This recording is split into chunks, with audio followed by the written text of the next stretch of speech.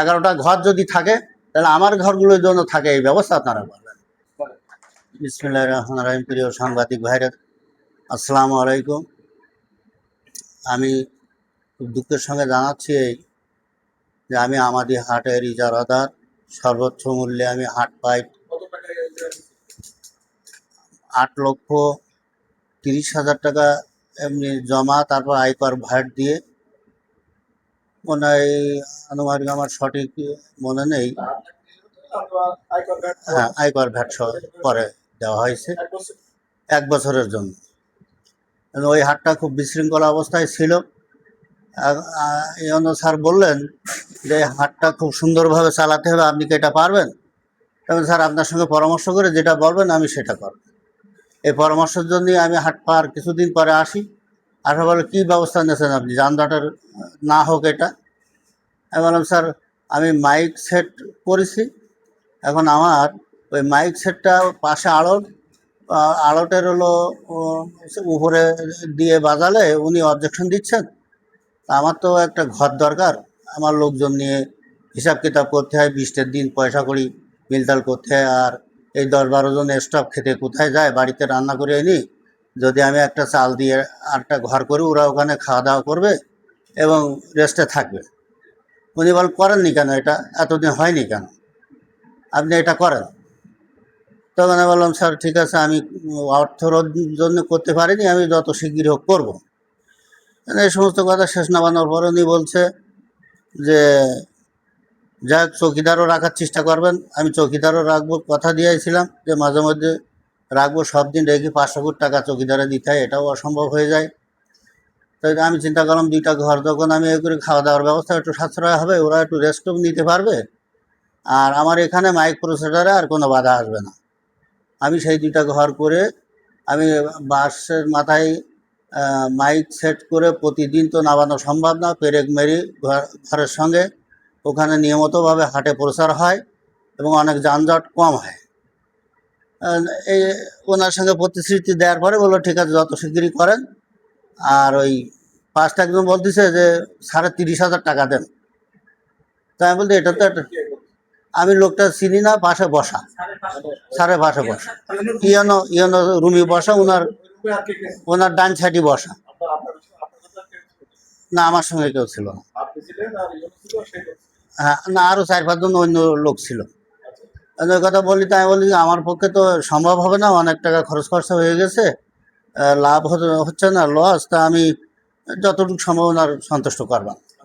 আমি বাইরে বেরিয়ে এর কাছে 10,000 টাকা দিচ্ছি, ওই তাপসের কাছে। যে তাপসের কাছে দিয়ে যখন তাপস বলতে আমার দেন, আমারও তো 20,000 টাকা দেবেন, আমি সব কিছু করি। যে উপজেলা পরিষদের সিএ। এখন আমি বলতেছি কি বাবা, তোমার ইয়নোর দিচ্ছি 10,000, তোমার যদি 20,000 দিতে হয় তুমি কি ইয়নোর উপরে, তা আমি যা দিচ্ছি তুই খুশি হও, 5,000 টাকা দিই ওই ইয়নোর সিএর তাপসের দিয়ে। মোট দিচ্ছি 15,000 টাকা। আর ওনার একটা ছেলে আছে 500 টাকা মিষ্টি খাট দিচ্ছে, আমি ওটা নিয়ে আমার পরে পেলাম নেই। তাপসের 10,000 ইয়নো। এখন এই 10,000 টাকা একদম বাইরে বেরোলে একজন বলছিস কি ও তাপস ইয়নোকে দেবে না। তাই বললাম না, আমি কি করতে পারি, তখন আমি একটা স্লিপ লিখে দিলাম যে ইয়নো স্যার আপনার কাছে, আপনার জন্য আমি তাপসের 30,000 টাকা চাইছিলেন, আমি দিতে পারলাম না, আমি 10,000 টাকা দিলাম, আপনি খুশি হবেন। এটা লিখে একজন লোক ঢুকতে বাবা, সে হুজুর মানে বাবা এটা ইয়নোর হাতে দেবেন। বললো ঠিক আছে। আমি ফাঁসা দিয়ে দেখছি ওনার হাতে টেবিলে দিচ্ছি, দেওয়ার পরে আমি নিশ্চিত হলাম। হওয়ার পরে এবার উনি যে সন্তুষ্ট না এটা তো আমরা বাবা জানি না। কয়েকদিন পরে আমার নায়েব ডেকে বলছে যে আপনি আমার সঙ্গে দেখা করেন ফোনে। নায়েবের নাম সিরাজুল, মুখি দাড়ি পা খোলা। এখন ওখানে যাওয়ার পর দেখি যে ওনার অনুসারী মনে হয় 10-15 জন। একজন ডেকে আমার এক সাইডে বলছে কি স্যারের ওই 40,000 টাকা দেবেন, 20,000 টাকা ওই কাননগুইর, আর 20,000 টাকা স্যারের স্টপ খরচ, আর আপনি যদি কোনো কারোর সঙ্গে বলা বলি করেন তা আপনার খুব ক্ষতি হয়। তখন তো আমি ভয় পাচ্ছি যে কোন দিক থেকে কী ক্ষতি করবে, তা আমি একটু নায়েবের সঙ্গেই কথা বলি। আমি ভিতরে ঢুকে ঘুরিয়ে দিয়ে জাতি দিয়ে ওনার একখান ওই লাঠিও পড়ে গেল, আমি ওই লাঠিটা উঠালাম। উঠে আমি বলছি, বাবা এরকম একটা কথা বলছে, কি জানি কি, আমি তো চিনি না, বললো আমাদের স্টাফের লোক। তা ওটা ঠিক আছে, আমি তো একা নেব না, এই 20,000 টাকা কাউন্সিল ছাড়া দিলে আর হলো আমাদের স্টাফ খরচ 20,000 টাকা দিলে আপনার ঘরের ওই অভিযোগটা থাকবে না। কে বলছে এই কথা? নায়ক নায়ক নিজে? নায়ক নিচে, মানে আমি কানের থাকগুলি শুনতেছি। তো আমি চিন্তা করলাম কিছু না দিলে হয় না, কোন দুনিয়া আসলাম। তা 3,000 টাকা বের করে ওনার দিলাম, 3 কান 1,000 টাকার নোট দিয়ে, বাবা এটি সন্তুষ্ট হন, আমি আর দিতে পারবো না। এই জানি না ইয়নোর এই আক্রোশ আছে কিনা, আর নায়েবের এই আক্রোশে এসিল্যান্ড স্যারের বলি আমার নোটিশ ছাড়াই কোনো কথা না বলতে দিয়েও আমি আত্মীয়র বাড়ি ভাগ্নের বাড়ি ভাত খাতে গেছি, দাওয়াত আসি, দেখি যে একজন বলছে আপনার ঘর ভাঙচুর হচ্ছে। তখন আমি এসে বললাম আপনারা, তখন আমার ঘর ভাঙচুর হয়ে গেছে। তাই বলছে এই যে ভাঙলেন, তা আমার তো একটু জানালে পারতেন, আমি নিজে ভেঙে নিয়ে যেতাম। এখানে 11টা ঘর, আধা পাকা ঘর, 4টি শাটার লাগানো আছে, সমস্ত ঘরে মিটার আছে এই হাটের জায়গায়, এবং বাস্তব বাড়ি আছে। আপনারা দেখেন এখানে বাস্তব বাড়িও আছে খাস জমিতে, এবং ঘরের পিছনে দুই ঘর বসবাস করে তারা। সামনে ঘর বাঁধছে, পাশে গোডাউন বাঁধছে, আবার পিছনে পরিবার নিয়ে থাকে। তো তাদের আপনারা দেখলেন না। আর আমি এই হাটে এসে মসজিদটা উন্নয়ন করলাম, 1,20,000 টাকা খরচ করি। তারপর পানি খাওয়ার ব্যবস্থা, একটা ড্রাম রেখে জনগণের পানি খাওয়ার ব্যবস্থা করলাম, মাইকটা নিয়ে প্রচার করলাম, চৌকিদার দিয়ে যানজট মুক্ত করলাম।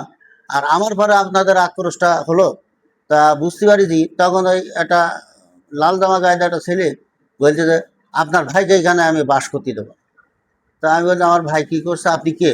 কিন্তু আমি কানন গিয়ে আমি এসিলাম সামনে, বলছি ও তাহলে আপনি 40,000 টাকা পাইলে আমার ঘরটা আর ভাঙতেন না। গতকালকে এসিল্যান্ড সামনে বলছে? গতকাল গিয়েছিলেনের সঙ্গে বলছি, এবং প্রশাসন ছিল। তখন আমি বলছি যে তাহলে এই টাকাটা পাইলে আপনি আমাদের ক্ষতি করতেন না, তো এই ক্ষতি করলেন কেন? আমি মাজলুমের জন্যই করছি এটা, যে মানুষ উপকৃতর জন্যই। তা যেটা করলেন এটা আল্লাহর কাছে ছাড়িয়ে দেওয়া ছাড়া আর কোনো পথ থাকে না। তবে আমি বুড়ো মানুষ, আমাকে এইভাবে মানসিক টেনশন দেওয়া আপনাদের উচিত হয়নি। তখন ওই দারোগা একজন লোক নাম পরিচয় দিতে নিষেধ করছে। প্রশাসনের লোক আমার এক সাইডে ডেকে বলছে, বাবা আপনাকে নোটিশ না দিয়ে এটা করা মনে হয় কতটুকু ঠিক হয়েছে, তা আপনি অভিশাপ আমাদের দিয়ে না, আমরা তো আইনের গোলাম, আমাদের ডাকলে আসতে হয়, আমাদের আর কি করার আছে। প্রধানমন্ত্রীর উদ্দেশ্যও বলতে চাই যে আপনি সারা দেশের মহানায়ক প্রধানমন্ত্রী, আপনার সবগুলো নজরে নেওয়া ভালো। কারণ আমাদের মতন বিরুদ্ধ মানুষের যদি হয়রানি করার জন্য এই করতে পারে, তাহলে স্বাভাবিক মানুষের প্রতি কী অবিচার হচ্ছে। আমি এর ন্যায় বিচার চাচ্ছি, এবং আপনাদের মাধ্যমে যাতে আমি এই ন্যায় বিচারটা পাই। আর ওই 11টা ঘর যদি থাকে, তাহলে আমার ঘরগুলোর জন্য থাকে, এই ব্যবস্থা আপনারা করবেন। আপনি তো ওই বড় হাটের ইজারাদার না? যে আমি ওই হাটের ইজারাদার, আমি তো হিসাব কিতাবের জন্য একটা ছোট অফিস মতন টিনের চাল দিয়ে, চটার বেড়া দিয়ে, বাঁশের খুঁটি দিয়ে করছি।